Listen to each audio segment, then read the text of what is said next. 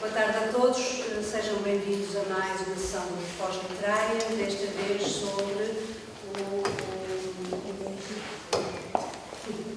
António Pedro. Sobre António Pedro, vamos ter aqui, sim, para nos falarem sobre António Pedro, o Dr. Júlio Gago, a Dra. Isabel Conselhão, o Dr. José Valdo Figueiredo e o Sr. Engenheiro Mesquita Guimarães. Muito obrigado por estarem cá. Só gostaria de dizer uma palavra sobre o ciclo que ainda vai haver para terminar este mês amanhã, sobre os portugueses no mundo, à mesma hora, 6h30, e que teremos todo gosto em pleno também ouvir falar sobre as nossas peripécias por esse mundo fora e as culturas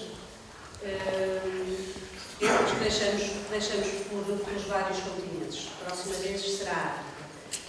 Vamos agora então ouvir falar sobre António Pedro. Obrigada.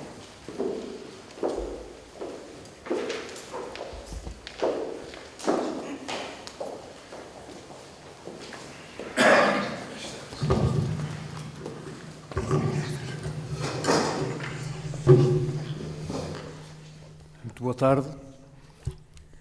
Sra. Doutora Maria Lacerda, Sra. Ana Furtado, da União de Freguesias de Aldoar, Foz do Douro, Novo Gilde, Sr. Joaquim Pinto da Silva e Sr. José Fernando Magalhães, do Progresso da Foz, e também para cumprimentar o Dr. João Pimenta, que está ligado pertencente à comissão, outra comissão organizadora também de comemorações dos 50 anos do António Pedro.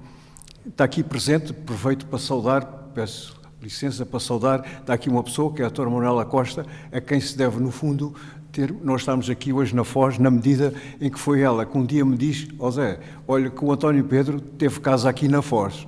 Portanto, a partir daí, podemos começar a estabelecer a geografia de António Pedro aqui na Foz.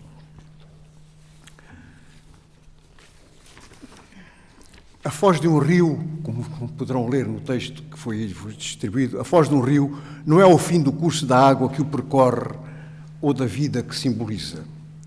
Ao encontrar-se com o mar, torna-se porto, cais de partida, alento da navegação que principia. Assim, a foz do rio Minho encaminha. Assim, a foz do rio Douro, aqui mesmo à nossa beira, tal como entendeu António Pedro, a ambas esteve sempre tão intimamente ligado. Evocado nos 50 anos da sua partida para outro mar, aqui também lançou raízes, fez porto de partida para uma obra que bem poderá dizer-se ser uma das grandes invenções de Portugal no século XX, como de Amadeu Sousa Cardoso disse Almada Negreiros.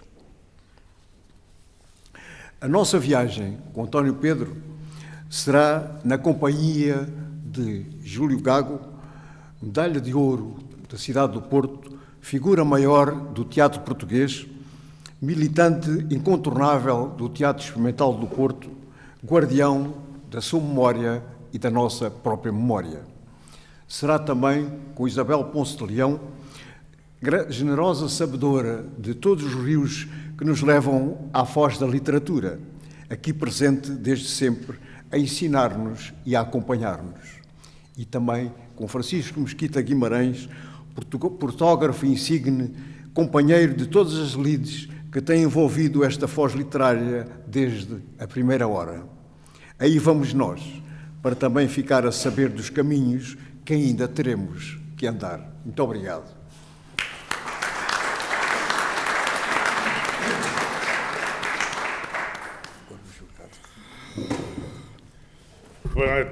Boa noite a todos, obviamente a todas e a todos.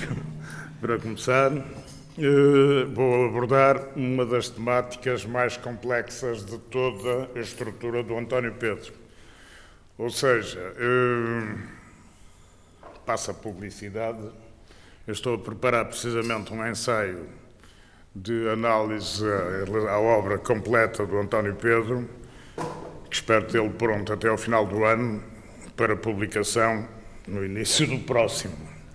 e, portanto, tenho andado às voltas, digamos assim, com todas as vertentes em que ele interveio ao longo da vida, uma vida extremamente curta, de 56 anos, mas uma vida demasiado forte de um ponto de vista de participação ativa no que se ia desenvolvendo à sua volta, nas ideias que trouxe para Portugal, que introduziu em Portugal, em diferentes facetas e artes, digamos assim. Aliás, curiosamente, ele dominou os 3 campos do pensamento principais. Primeiro a literatura, depois as artes, todas, e em terceiro lugar as ciências, que se preocupou mais no seu campo menos importante, digamos assim, que foi na questão técnica, mas na qual também teve uma intervenção demasiado firme, nomeadamente na construção de todo um conjunto de apetrechos indispensáveis para se desenvolver a atividade teatral e que ocorreram no período do Teatro Experimental do Porto. Ora bom, o António Pedro era um jovem que, oriundo de uma das famílias ricas, digamos assim, do Alto Minho, da região de Seixas, que é a origem dele, que nasceu em Cabo Verde, por um simples facto do pai estar deslocado na altura, e toda a família, como é natural, de estarem deslocados em Cabo Verde, e veio muito cedo, muito jovem ainda, para precisamente Seixas, nessa altura. Aí, a partir de Seixas, quer dizer, começa a dispersão dele, vai para La Guardia, para o Colégio Jesuítico de La Guardia, onde vai fazer os seus primeiros contactos com a atividade teatral. Eu vou só delinear muito rapidamente este aspecto importante, até porque o próprio António Pedro considerava que o teatro era, de certa forma, a síntese das diferentes artes e da literatura, e, por outro lado, ele próprio considerava, o que me parece correto ainda hoje, por outro lado, considerava uma coisa extremamente importante, é que teatro não é literatura. Teatro é uma base que se escreve, a partir da qual se deve levar à cena, e isso implica conhecimento da cena. Por isso, nós temos muitos autores na nossa história literária que não percebem absolutamente nada do que é essa passagem, a transposição para a cena. E, como tal, não só escrevem, muitas vezes mal, como também, simultaneamente, esquecem o essencial, que é aquilo que nós, profissionalmente, no campo do teatro, chamamos a carpintaria teatral, que é o conhecimento específico de como devem ser ditas as frases, de como devem ser desenvolvidas as emoções, de como devem ser desenvolvidas os silêncios, as pausas, enfim, tudo isto do ponto de vista do ator. O António Pedro era uma pessoa que, resumindo muito, é no período 34-36 em que ele vive em França, e vive em França precisamente de uma forma um pouco estranha, na medida em que ele vai zangado porque, como membro do Movimento Nacional Sindicalista, que o era na altura, quiseram impor-lhes a adesão à União Nacional, e não só o Relão Preto foi para a Espanha, como ele foi para a França e por aí adiante, mas vem de lá completamente diferente, um ponto de vista da participação e da forma como passou a olhar, digamos assim, a vida à volta dele, nomeadamente, quer dizer, o campo mais específico da atividade artística e literária, mais especificamente aí, e simultaneamente, quer dizer, vem também com uma nova perspectiva de olhar o mundo, ou seja, deixa as teorias recolhidas dos seus antepassados. Ele próprio chegou a dirigir um jornal que chamava de Reacionário, Contra-Revolucionário, e outros temas do género, isto desde os tempos liciais, porque ele teve, por exemplo, ele quando saiu de La Guardia veio para Viana do Castelo, e Viana do Castelo foi expulso porque fez uma exposição em que caricaturava todos os professores que teve durante esse ano. Acabou expulso do Liceu de Viana. Do Liceu de Viana foi para Coimbra. Em Coimbra também não acertou. Depois acabou por experimentar de Direito, depois Histórico-Filosóficas, isto entre Coimbra e Lisboa, portanto, numa passagem. Portanto, ele ia experimentando tudo isto e normalmente não gostava, como normalmente a maioria esmagadora dos criadores não gostam muito, e perdoem-me esta informação que eu vou dar, não gostam muito dos académicos. O António Pedro, em conversas com o seu elenco, sempre que se referia a um académico, dizia um académico bacoco. Era um termo extremamente presente na linguagem dele e que toda a gente que o conheceu e com ele conviveu sabia que existia de uma forma permanente. Por outro lado, vem com ideias democráticas, vem com ideias próximas da defesa de aspectos da liberdade, vem com ideias totalmente diferentes daquelas que levara para Paris.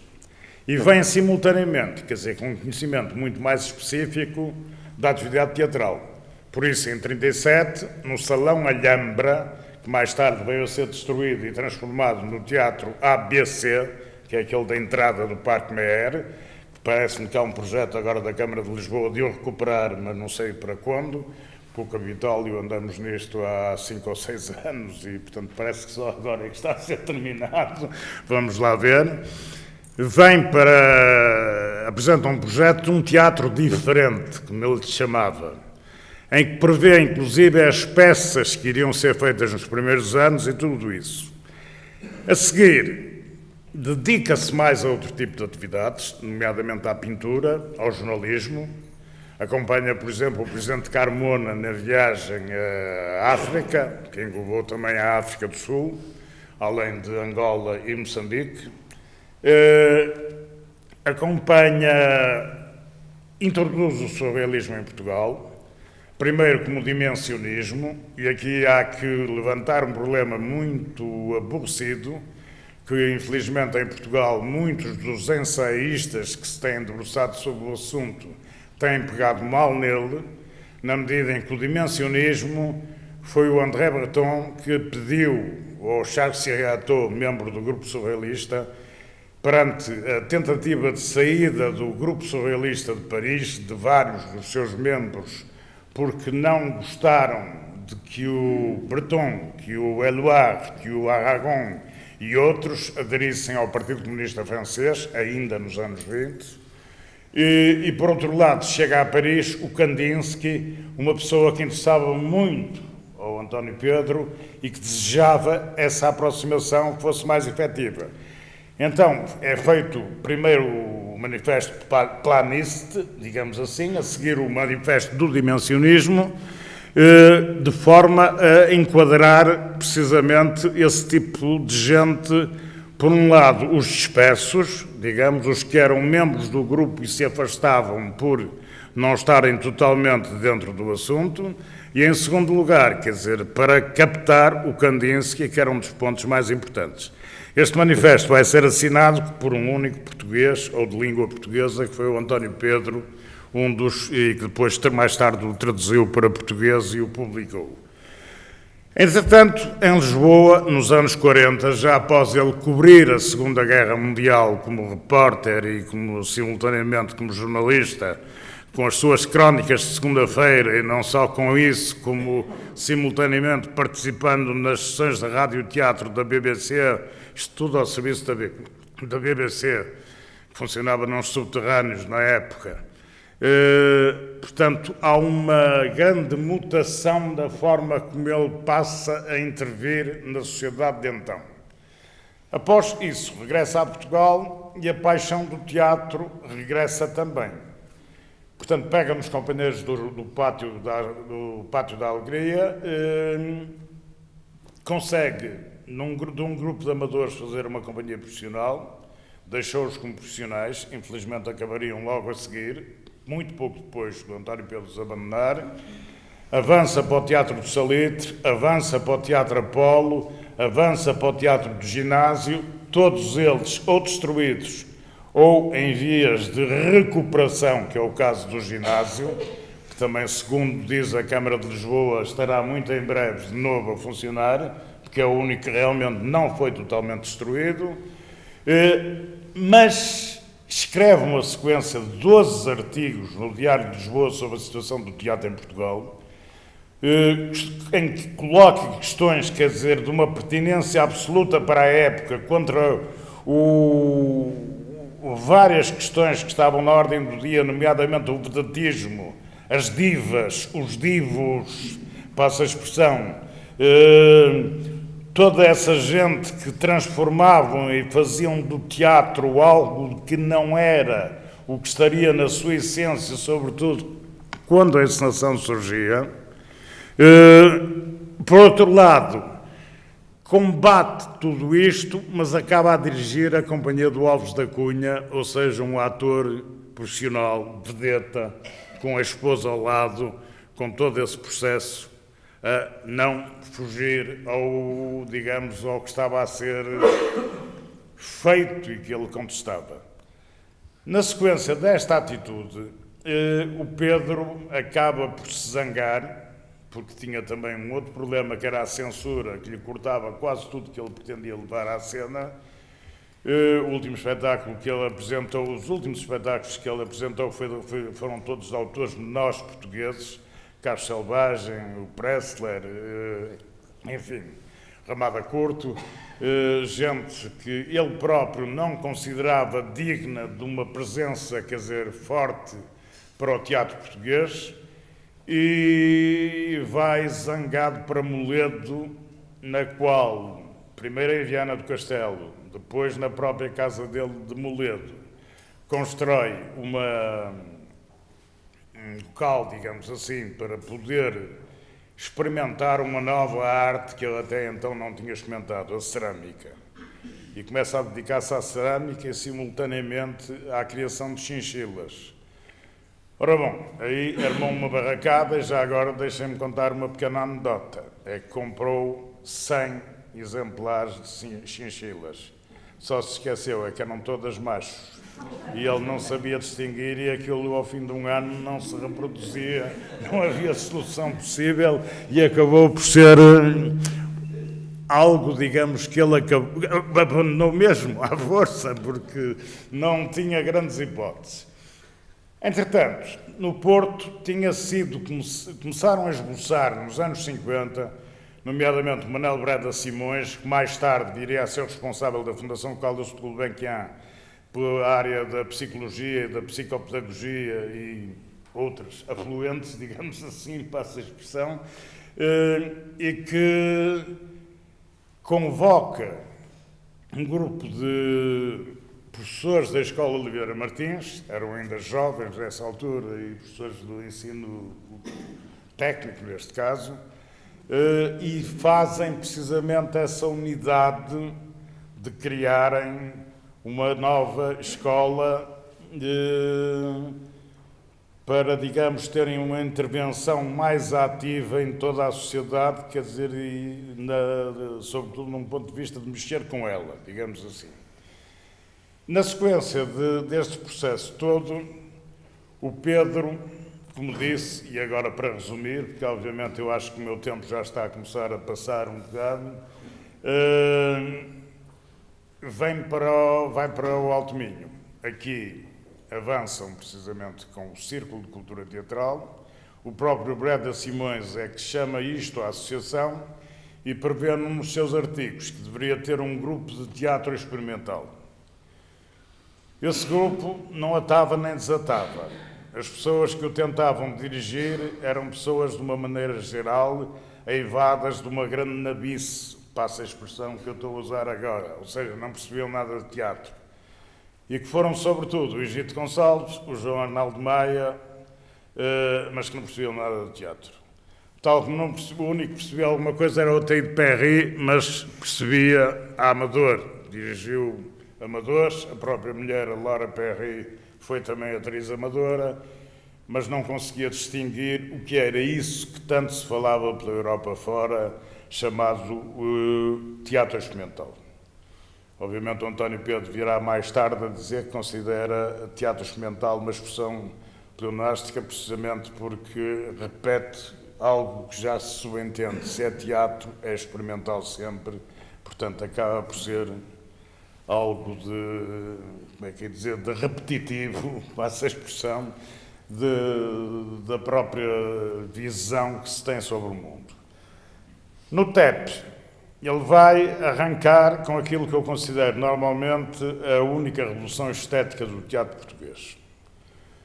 Ou seja, vai introduzir em Portugal, finalmente, é preciso pensarmos que a encenação, normalmente o primeiro encenador considerado na história, fez a primeira encenação em 1870, chamava-se Jorge Saxe-Meiningen, era-se chefe de Estado de Saxe-Meiningen, ainda antes do Bismarck procurar uma unidade prussiana. O que chega, faz com que chegue naturalmente, tardiamente, a Portugal. Esse objeto geral, para que melhor se perceba, foi um homem que estudou muito a passagem dele pela pintura, a passagem deu-lhe bases para se perceber do que se passava com a linguagem dos figurinos e da cenografia. A passagem, por exemplo, dele pela área do som e do teatro radiofónico na BBC. Deu-lhe as bases para estudar e conhecer bem a forma como deveria ser feita uma reprodução de som que até então em Portugal era feito de uma maneira geral de duas formas. Ou mini orquestra em cena, no fosso, normalmente, ou através de barulhos feitos por, passa a expressão que eu disse, barulhos, feitos pelo contra-regra nos bastidores, que se limitava a reproduzir o vento, a trovoada, enfim, aquilo que fosse necessário introduzir. Portanto, ele cria um sistema de bobines, sistema esse que une todas essas diferentes vertentes de som